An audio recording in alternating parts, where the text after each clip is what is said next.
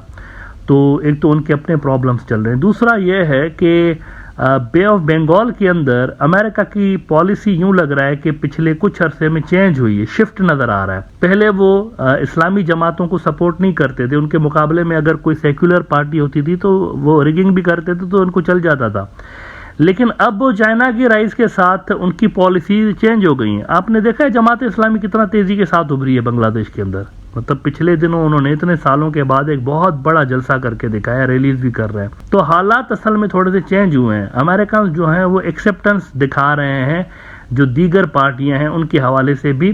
اس کی وجہ یہ ہے کہ وہ خود کو ازرٹ کرنا چاہتے ہیں، انڈیا کے انفلوئنس پہ وہ ریلائی نہیں کرنا چاہتے، وہ اپنا یہاں پر خود ڈائریکٹ ڈیلنگ کر رہے ہیں مختلف اسٹیک ہولڈرز کے ساتھ۔ ناؤ دیٹ ڈزنٹ مین کہ وہ بی این پی یا جماعت اسلامی کے ساتھ کھڑے ہوئے ہیں، ایسا نہیں ہے، Jamaat Islami be N P کے ساتھ نہیں کھڑے ہوئے، لیکن یہاں پر وہ خود کو کہتے ہیں انفلوئنس اپنا ازرٹ کرنا چاہتے ہیں، کوئی بھی جیت کر آ جائے لیکن وہ چاہتے ہیں کہ ان کا انفلوئنس تھوڑا چائنا والی پالیسی نظر آ رہی ہے۔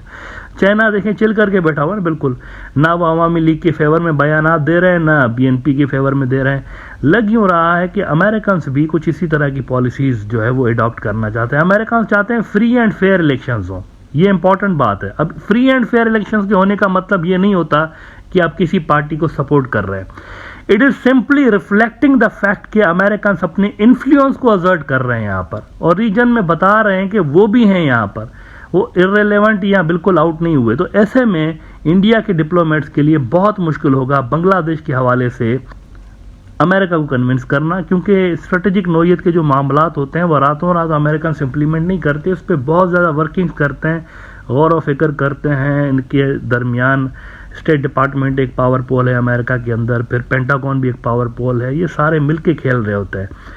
جب دونوں کے درمیان ایگریمنٹس ہوتی ہیں، کوئی کسی بات پر یہ متفق ہوتے ہیں، تبھی وہ پالیسیز اڈاپٹ کرتے ہیں، ایسے ون سائیڈڈ نہیں کرتے اڈاپٹ، یہ دونوں اکثر ایک پیج پہ ہوتے ہیں۔ تو امریکن پالیسیز کو بے آف بنگال کے اندر ریورس کروانا میرے خیال سے یہ انڈیا کے لیے کچھ اتنا آسان ہوگا نہیں۔ مودی وہاں پر جا رہا ہے، لیکن پہلے تو مودی اپنا اینگل سیدھا کرے نا، وہاں پر ان کے جو اپنے مسائل ہیں وہ اتنے بڑے ہیں انڈیا کے کہ بنگلہ دیش کا اگر وہ ایشو ریز بھی کریں گے تو شاید اتنا سیریسلی نہیں لیں گے امریکنز اس کو، کیونکہ مودی بنگلہ دیش کے لیے نہیں جا رہا ہے، بیسیکلی مودی جا رہا ہے کچھ اور مقاصد کے لیے۔ امریکن سمجھ رہے ہیں، یہ آس لگا کے بیٹھے ہوئے ہیں کہ یہ تھوڑا سا پرو امریکہ بن کے دکھائیں گے، اگر یہ وہاں جا کر امریکن پالیسی کے خلاف بیٹھ کے وکالت کریں گے وہاں پر کہ دیکھیں نا آپ بے آف بنگال میں اس طرح کر رہے ہیں، اس طرح نہیں اس طرح کریں، تو یہ پھر کیسا دورہ ہوگا اس کا، امریکنز کیسے بائے کریں گے؟ یعنی امریکنز پہلے سے ہی مائنڈ بنا کے بیٹھے ہوئے ہیں کہ یہ ادھر آئے گا تو رشیا کے خلاف اسٹیٹمنٹ دے گا، یہ ادھر آئے گا تو چائنا کے خلاف بیانات دے گا۔ ابھی امریکہ جانے سے پہلے ایک بڑے امریکن میڈیا گروپ کو انٹرویو دے کر گیا ہے، اور اس میں چائنا کے خلاف اس نے سخت زبان استعمال کی ہے، اسٹرانگ میسیجز چائنا کو اس نے دیے ہیں۔ وہاں جا کر اگر یہ ٹھوس ہو گیا تو یہ دورہ کیسا دورہ ہوگا پھر؟ مطلب امریکہ کے سامنے کیا امپریشن پڑے گا انڈیا کا؟ وہ رہی صحیح کسر جو ہوگی وہ یہ دورہ کمپلیٹ کر دے گا، مطلب بالکل ہی فضول ہو جائے گا نا پھر تو۔ انڈیا کو ٹیکنالوجی چاہیے امریکہ سے، ڈیفنس کی ٹیکنالوجی، انڈیا کو ڈرونز چاہیے، انڈیا کو ویپنز چاہیے، تو یہ ساری چیزیں انڈیا امریکہ کو ناراض کر کے تو نہیں لے سکتا نا، تو یہ گڈی رہیں گے، کوشش کریں گے۔ بنگلہ دیش کا ایشو ریز ضرور کرے گا مودی، لیکن امریکنز اس کو بائے کریں گے یا نہیں یہ الگ بات ہے۔ مجھے پرسنلی لگتا ہے کہ امریکنز بائے نہیں کریں گے، اور امریکنز کی یہ جو پالیسی ہے کہ فری اینڈ فیئر الیکشنز ہونے چاہیے یہ ایز اٹ از رہے گی۔ اب اس کے باوجود بھی اگر وہاں فری اینڈ فیئر الیکشنز نہیں ہوتے تو بنگلہ دیش کے جو ٹائز ہیں صرف امریکہ سے نہیں، ویسٹ کے باقی بھی جو ملک ہیں ان کے ساتھ مزید خراب ہو جائیں گے۔